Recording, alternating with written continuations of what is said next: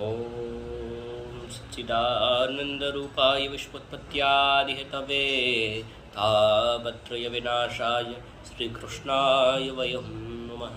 આવવાલા શ્રીમદ ભાગવત એટલે એ દિવ્ય ભાગવતનું જ્યારે આપણે રસપાન કરવા માટે બેઠા છીએ ત્યારે એક વખત નલકુબેર અને મણિગ્રીવ ભગવાનની સ્તુતિ કરીને કહેવા લાગ્યા છે.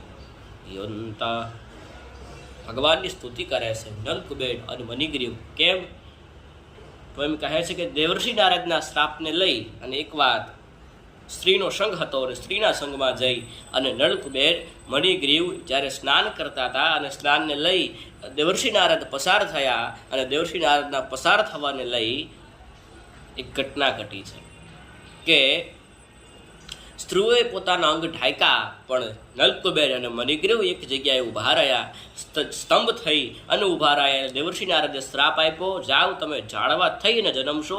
એટલે આ જન્મી દ્વાપર યુગમાં ભગવાન ઠાકોરજીના ઘરે ઝાડવા થઈ અને આજે નલકુબેર અને મણિગ્રીવ જન્મા છે અને આજે ઈ નલકુબેર અને મણિગ્રીવ ભગવાનની સ્તુતિ કરે છે.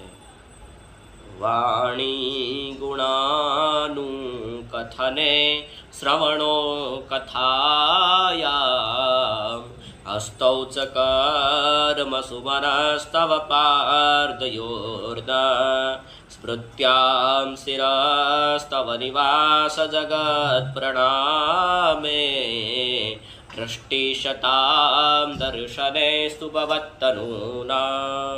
ઠાકોરજીને પ્રાર્થના કરીને કહ્યું છે આમાં કે હે ઠાકોરજી, સદાય અમારા કાન તમારી કથાઓને સાંભળે. વાણી ગુણાનું કથને શ્રવણો કથાયામ હસ્તૌ ચકર પશુમનઃ સ્તવ પાર્દયોર્ના.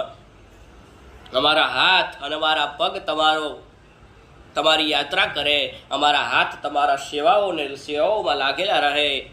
અને છેલ્લું કીધું વાણી ગુણાનું કથને શ્રવણો કથાયામ હસ્તૌ ચકર પશુમનઃ સ્તવ પાર્દયોર્ના સ્મૃત્યા શિરસ્તવ નિવાસ જગત પ્રણામે.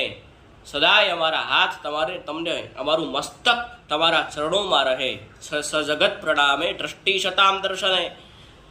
આ મુખ્ય વાત બતાવી છે. દ્રષ્ટિ શતામ, અમારી આંખો કોઈને સંસારની આ વાસનામાં પડે નહીં અને અમારી આંખો સદાય તમારું દર્શન કરતી રહે. દ્રષ્ટિ શતામ દર્શને સ્તુભવત્તનું નામ.